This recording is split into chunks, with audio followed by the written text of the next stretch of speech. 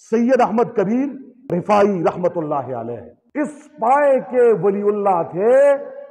ایک مرتبہ روزہ رسول اللہ صلی اللہ علیہ وسلم پہ حاضر ہوئے، درود و سلام پڑھا، کہنے لگے آقا دور سے ہم درود پڑھتے ہیں، فرشتے پہنچاتے ہیں، دور جب ہم تجھ سے رہتے تھے تو خوابوں میں آ جایا کرتا تھا، تیرا دیدار خواب میں ہو جایا کرتا تھا۔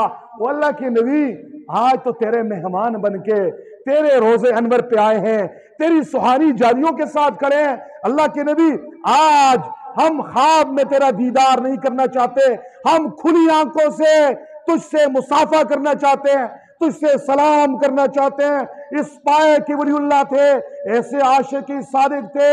علماء نے لکھا ہے، اللہ کی ولیوں نے لکھا ہے کہ روزہ انور سے رسول اللہ صلی اللہ علیہ وسلم کا ہاتھ مبارک باہر نکلا، سید احمد کبیر رفائی نے مصافحہ کیا، سلام رسول اللہ صلی اللہ علیہ وسلم سے کیا۔ یہ ان کی کرامت تھی۔